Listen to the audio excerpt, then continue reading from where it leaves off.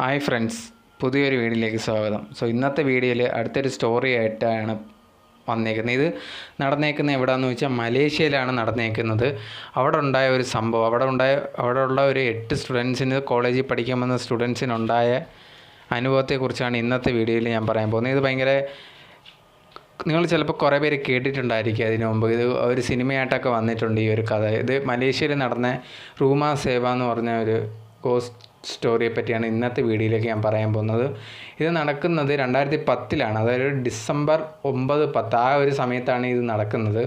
ആ സമയത്തെന്ന് പറഞ്ഞു കഴിഞ്ഞാൽ അവിടുത്തെ യൂണിവേഴ്സിറ്റി, ചിനാൻ യൂണിവേഴ്സിറ്റിയിൽ പഠിക്കാൻ വന്ന 8 സ്റ്റുഡൻസ് ഒരു എന്താ പറയുക, അടുത്തുള്ള ഒരു വാടക വീടൊക്കെ തപ്പി നടക്കുന്ന സമയത്താണ് ഈ ഒരു വീടിനെ പറ്റി അറിയുന്നത്. അപ്പോൾ അവിടെ വന്ന് നോക്കിയപ്പോൾ 2 നില വീടാണ്. അപ്പോൾ 8 പേരുണ്ട്, 4 റൂമും 2 ബാത്റൂമും ഉള്ളു. കണ്ടപ്പോഴത്തേന് ഓക്കെ, താമസിക്കുന്ന നല്ല ലക്ഷറി ആയിട്ടുള്ള വീടാണ്. പക്ഷേ വാടക എങ്ങനെയാണെന്ന് ചോദിച്ചപ്പോഴത്തേന് 50 റിങ്കറ്റേ ഉള്ളൂ. അതായത് നമ്മൾ ഇവിടുത്തെ കൺവേർട്ട് ചെയ്യുകയാണെങ്കിൽ ഒരു 80-81 രൂപ മൊത്തത്തിൽ. അപ്പോൾ അത് അത്രയും ലക്ഷറി ആയിട്ട്, അതായത് അത്രയും 2 നില വീട്, 4 റൂം, 2 ബാത്റൂം, ഇതൊക്കെ ഉള്ളത് 81 രൂപയ്ക്ക്. അതായത് ഇവിടുത്തെ 81 രൂപയ്ക്ക് കിട്ടുമെന്ന് പറയാം. 50 റിങ്കറ്റ് എന്ന് പറയുമ്പോഴത്തേക്കും വളരെ കുറവാണ് ഒരാൾക്ക് വെച്ച് തന്നെ നോക്കുമ്പോൾ.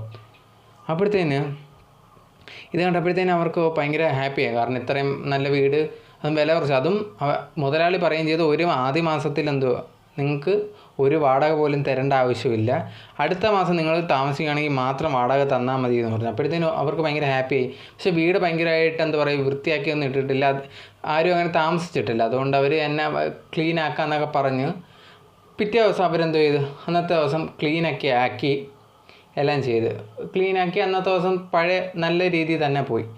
പിറ്റേ ദിവസം അവരെന്ത് ചെയ്തു, പിറ്റേ ദിവസം ഇതിൽ ഈ സ്റ്റോറി പുള്ളിക്കാരൻ, അതായത് സംഭവിച്ച 8 സ്റ്റുഡൻറ്റിലെ ഒരു ആളാണ് ഇത് പറഞ്ഞിട്ടുള്ളത്. വെളിയിലായിട്ട് ഇതിൻ്റെ ഫുൾ സ്റ്റോറി ഇത് പറഞ്ഞിട്ടുണ്ട് പുള്ളിക്കാരൻ. അപ്പം അദ്ദേഹം പറഞ്ഞ അറിവാണ്. അപ്പോഴത്തേന് ഇതിൽ ആസിം എന്ന് പറഞ്ഞ ഒരു പുള്ളിക്കാരൻ പിറ്റേന്ന് രാവിലെ ആയ സമയത്ത്, രാവിലെ എണീച്ചപ്പോൾ വയറ്റിലൊക്കെ ഭയങ്കര പ്രശ്നം, ഒന്ന് ബാത്റൂമിൽ പോകാമെന്ന് പറഞ്ഞ് താഴത്തെ ബാത്റൂമിൽ പോകുന്നു. മേളത്തെ എന്തോ ശരിയാക്കാൻ പിറ്റേന്ന് ആളെ അയക്കാമെന്നെന്തോ പറഞ്ഞ് ഉടമസ്ഥൻ പറഞ്ഞ് പിറ്റേന്ന് ശരിയാക്കി തരാൻ, നിങ്ങൾ ഇപ്പോഴത്തേന് താഴത്തെ ബാത്റൂം യൂസ് ചെയ്യാൻ പറഞ്ഞു. ഓക്കെ എന്ന് പറഞ്ഞാൽ അവരെന്ത് ചെയ്തു, താഴത്തെ ബാത്റൂം ഹാസിം എന്ത് ചെയ്തു, താഴെ അതിലൊരു പയ്യനാണ്, അവൻ താഴെ വന്ന് യൂസ് ചെയ്യാന്ന് പറഞ്ഞു. അപ്പോഴത്തേന് നോക്കി വേണം ബാത്റൂമിൽ സൗണ്ടൊക്കെ, വെള്ളമൊക്കെ ഫ്ലഷ് ചെയ്യുന്നതിൻ്റെ, അല്ലെങ്കിൽ എന്താ പറയുക, വെള്ളം പിടിക്കുന്ന ബക്കറ്റിനകത്തൊക്കെ പിടിക്കുന്നതിൻ്റെ സൗണ്ടൊക്കെ കേട്ടോ. ഒന്നാമത് പുള്ളിക്കാരനെ പെട്ടെന്ന് ബാത്റൂമിൽ പോകണം തോന്നുന്നുണ്ട്. അപ്പോഴത്തേന് ഇതിൽ ആരുടാന്ന് പറഞ്ഞിട്ട് കുറച്ച് നേരം പെട്ടെന്ന് വെയിറ്റ് ചെയ്യാന്ന് പറഞ്ഞ് നോക്കിയിട്ട് കുറേ നേരമായി, അകത്തിരിക്കുന്നവൻ ഇറങ്ങുന്നതുമില്ല. ഇത് കഴിഞ്ഞിട്ട് ഇവനാണെങ്കിൽ ഭയങ്കര ദേഷ്യപ്പെട്ട, അല്ലാതെ നേടാ പെട്ടെന്ന് ഇറങ്ങടാ, എനിക്ക് അത്യാവശ്യമെന്ന് പറഞ്ഞു. അപ്പോഴത്തേന് ഇത് കേട്ട് ബാക്കിയുള്ള ഫ്രണ്ട്സ്, റൂമിലുള്ളവന്മാർ ഇറങ്ങി വന്നു. ഇപ്പോൾ 4 റൂമുണ്ടെന്ന് പറഞ്ഞില്ലേ, ഓരോ റൂമിൽ 2 പേര് വെച്ചാണ് കിടക്കുന്നത്. അതായത് 2 പേര് വെച്ച് ഇങ്ങനെ 4 റൂമിൽ 8 പേര് അങ്ങനെ ആയി. അപ്പോഴത്തേന് ഇവരെല്ലാവരും വന്നിട്ട് എന്താടാ സൗണ്ട് ഉണ്ടാക്കുന്നതെന്ന് പറഞ്ഞാൽ, എടാ ഇപ്പോഴത്തെ ഇവനുണ്ടെങ്കിൽ എന്തുവാ, ആസിം തിരിഞ്ഞ് നോക്കിയപ്പോൾ കാണാം ബാക്കി അവൻ കൂടെ ചേർത്ത് 8 പേര് അവിടെ തന്നെ നിൽപ്പുണ്ട്, ആരും ബാത്റൂമിനകത്തില്ല.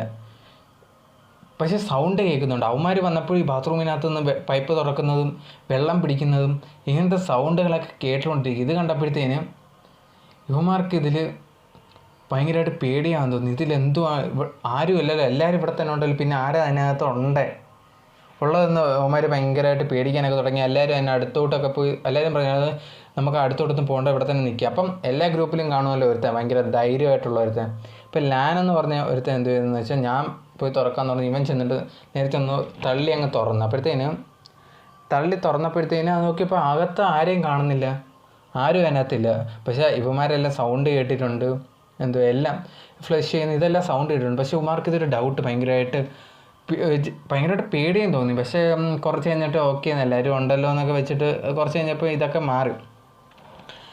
അന്ന് രാത്രി ഇവർ മറ്റേ ഡോമെട്രി പോലെ മേലും താഴെ കിടക്കാൻ പറ്റുന്ന ആ ഒരു കട്ടിൽ പോലെയാണ് ഓരോ റൂമിലായിട്ടുള്ളത്. അപ്പോഴത്തേക്ക് ഈ കഥ പറഞ്ഞ പുള്ളിക്കാരൻ, ഇത് പബ്ലിഷ് ചെയ്ത് അങ്ങനെ പറഞ്ഞ പുള്ളിക്കാരനുണ്ടെങ്കിൽ കിടന്ന് ഉറങ്ങുമായിരുന്നു. അപ്പം രാത്രി കിടന്ന് ഉറങ്ങിയ സമയത്ത് പെട്ടെന്ന് ആരോ കാലെ പിടിച്ച് താഴെ വലിച്ചിട്ട കണക്ക്.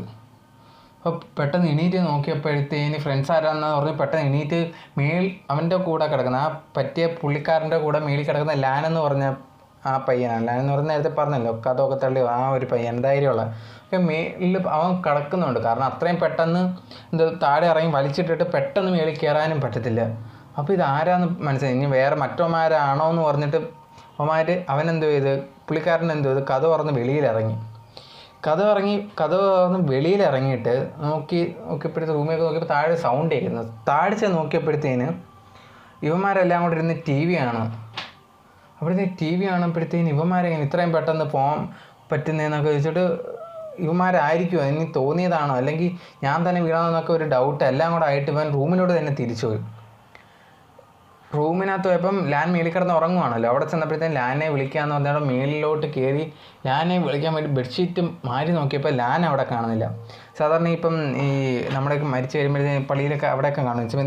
നമ്മുടെ ഈ അവിടെയൊക്കെ ഉണ്ട്, ഈ മലേഷ്യയിൽ പേരെഴുതിയ കല്ല് പോലത്തെ അതൊക്കെ ഉണ്ടല്ലോ മരിച്ചു കഴിയുമ്പോഴത്തേനും വെക്കുന്നതാണ്. അതുപോലത്തെ ആണ് അവിടെ കാണുന്നത്. ലാനെ കാണുന്നില്ല. ഇത് കണ്ടപ്പോഴത്തേനും ഭയങ്കരമായിട്ട് ടെൻഷനായിട്ട് താഴോട്ട് അവൻ ഓടി വന്ന്, താഴെ ഫ്രണ്ട്സിനെ കാണാമെന്ന് പറഞ്ഞാൽ ഓടി വന്നപ്പോഴത്തേന് അവിടെ നോക്കിയപ്പം കാണാം ഒരാളെയും കാണുന്നില്ല. അവിടെ ടി വി കണ്ടുകൊണ്ടിരുന്നവരെ ഒരുത്തിനെയും കാണുന്നില്ല. പെട്ടെന്ന് അവിടുന്ന് ടി വിയുടെ അവിടുന്ന് വെളിയിലിറങ്ങാമെന്ന് പറഞ്ഞ് വെളിയിലിറങ്ങാൻ വന്നപ്പോൾ എല്ലാണോ അവിടെ നിൽക്കുന്നത്. അപ്പോഴത്തേനും ഇവന്മാർ പെട്ടെന്ന് എല്ലാവരും ഇവൻ വന്നിട്ട് എന്ത് പറ്റിയെന്ന് ചോദിച്ചപ്പോൾ എല്ലാവർക്കും ഇതേ കണക്കോ എന്തൊക്കെ അനുഭവങ്ങളുണ്ട്, നമുക്ക് വീട് വിട്ട് പോകാമെന്ന് പറഞ്ഞിട്ട്. അപ്പോഴത്തേന് പെട്ടെന്ന് പോയി ചാവി എടുത്തോണ്ട്, കാറിൻ്റെ ചാവി എടുത്തോണ്ട് നമുക്ക് പോകാമെന്ന് പറഞ്ഞു. അപ്പോഴത്തേന് ഇവരെന്ത് ചെയ്ത് കാറിൻ്റെ ചാവി എടുക്കാൻ ഒരാളുടെ റൂമിൻ്റെ അടുത്താണ് വെച്ചേക്കുന്നത്. അപ്പോഴത്തേന് ഒരാൾ പോയി എടുത്തുകൊണ്ട് വരാമെന്ന് പറഞ്ഞപ്പോഴത്തേന് ഇതിൽ ഒരാൾ ചെന്നിട്ട് റൂമിൻ്റെ കീ എടുക്കാൻ നേരത്തപ്പോൾ പെട്ടെന്ന്, അതായത് ഹാളിലാണ് കീ വെച്ചേക്കുന്നത്, പെട്ടെന്ന് ഇവർ ഇറങ്ങുന്ന പെട്ടെന്ന് ഇറങ്ങാൻ ഒരു ധൃതിയിൽ എടുക്കാനും പെട്ടെന്ന് പറ്റില്ല. അപ്പോഴത്തേക്ക് തിരിച്ചു വന്ന് ആ കീ എടുക്കാൻ നേരത്തെ കിച്ചൻ്റെ അവിടെ നിന്ന് ഒരു നിഴൽ കണ്ടിട്ട് ബായ് എന്ന് പറഞ്ഞൊരു സൗണ്ട് കിട്ടി. ഇത് കേട്ടത് ഇവരുണ്ടെങ്കിൽ നേരെ ഇറങ്ങി അടുത്ത് ഏതെങ്കിലും ഹോട്ടലിൽ പോയി റൂം എടുക്കാമെന്ന് പറഞ്ഞാൽ അങ്ങനെ പുള്ളിക്കാരെല്ലാം നേരെ എല്ലാവരും കൂടെ ഹോട്ടലിലോട്ട് അങ്ങോട്ട് പോയി. അങ്ങനെ അവിടെ നിന്നിട്ട് ഓരോരുത്തരായിട്ട് കഥ പറയാനൊക്കെ തുടങ്ങി, എന്തോ സംഭവിച്ചത് എന്നൊക്കെ കാര്യങ്ങൾ. അതിലൊരു പയ്യൻ രാത്രി സോങ്സ് ഡൗൺലോഡ് ചെയ്തുകൊണ്ടിരിക്കുമായിരുന്നു. അപ്പം സോങ്സ് ഡൗൺലോഡ് ചെയ്തുകൊണ്ടിരുന്നപ്പോഴത്തേനും പെട്ടെന്ന് ഒരു സൗണ്ട് പോലെ എന്തോന്ന് വെച്ച് ജനലിൻ്റെ അടുത്ത് നോക്കിയപ്പോഴത്തേനും വെളിയിലായിട്ടൊരു രൂപം ഇങ്ങനെ കണ്ട്. ഇത് കണ്ട് പേടിച്ച് ഓടി വന്ന് കതവ് തുറന്ന് ഇറങ്ങാൻ നേരത്തെ കതവും തുറന്ന് നോക്കിയപ്പോൾ ഫ്രണ്ടിലായിട്ട് അവിടെ വന്ന് നിൽക്കുന്നത്. ഇതുകൊണ്ട് പിറവിൽ വന്ന് അവിടുത്തെ ജനല വഴി ചാടാൻ പറ്റും. ആ ജനലിൽ കൂടാണ് ഇവൻ ചാടി വെളിയിൽ വന്നത്. അങ്ങനെ ഓരോരുത്തർക്കും അപ്പം ഇങ്ങനെ സംസാരിക്കുന്നതിനിടയിലാണ് മനസ്സിലായത് ഇതിൽ 2 പേര് ഇവരെ കൂടെ വന്നില്ല. മൊത്തം 8 പേരിൽ 6 പേരേ ഉള്ളൂ, ബാക്കി 2 പേരെ കാണുന്നില്ല. ആ ഒരു ധൃതിയിൽ ഇവിടെ വന്നതിന് ശേഷമാണ് ഇവർക്ക് ചിന്തിച്ചത് തന്നെ. ഇതായപ്പോഴത്തേക്കും ഇത് ഭയങ്കരമായിട്ട് ടെൻഷൻ അടിച്ച് ഇപ്പം എന്തോ ചെയ്യുന്നു. അവന്മാരെ ഫോണിലോട്ട് വിളിച്ച് നോക്കുന്നുണ്ട്. ഫോണിലോട്ട് വിളിച്ച് നോക്കിയിട്ടാണെങ്കിൽ ആരും എടുക്കുന്നുമില്ല. ഭയങ്കരമായിട്ട് ടെൻഷൻ അടിക്കാനും തുടങ്ങി. ഓക്കെ, രാവിലെ ചെന്നിട്ട് നമുക്ക് നോക്കാമെന്ന് പറഞ്ഞു. ഇവരെല്ലാവരും രാവിലെ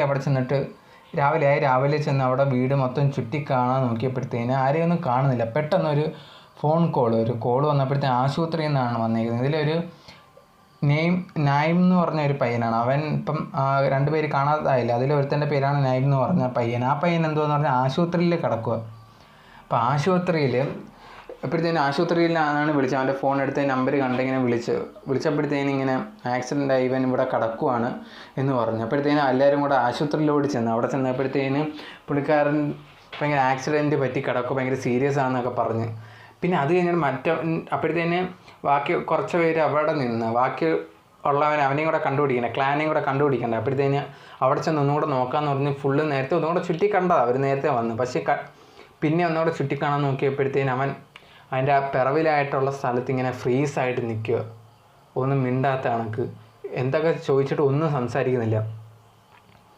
അപ്പോഴത്തേന് ഇവനെ പിടിച്ചുകൊണ്ട് ആശുപത്രിയിൽ കൊണ്ടുപോയി.